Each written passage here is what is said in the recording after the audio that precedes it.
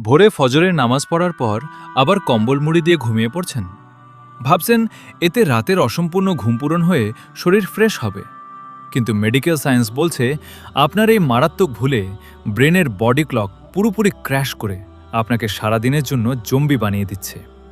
সকালে আবার ঘুমালে শরীরে কি ঘটে চলুন দেখি। প্রথমত, সার্কাডিয়ান রিদম ক্র্যাশ। ভোরে ওঠার সাথে সাথে আমাদের ব্রেন কোর্টিসল নামের একটি হরমোন রিলিজ করে, যা শরীরকে চাঙ্গা করে তোলে। কিন্তু নামাজ পড়ে আবার ঘুমিয়ে পড়লে ব্রেন মারাত্মক কনফিউজড হয়ে যায়। সে বুঝতে পারে না এখন দিন নাকি রাত। ফলে হরমোনের ব্যালেন্স রকেটের বেগে ক্র্যাশ করে বডি টেম্পারেচার এলোমেলো হয়ে যায়। ব্রেন ফগ ও স্লিপ ইনার্শিয়া। দ্বিতীয়বার যখন আপনি ৯টা বা ১০টায় ওঠেন, তখন আপনি গভীর ঘুমের মাঝখানে থাকেন। সেখান থেকে জোর করে অ্যালার্ম দিয়ে উঠলে ব্রেন শকে চলে যায়, যাকে সায়েন্সের ভাষায় স্লিপ ইনার্শিয়া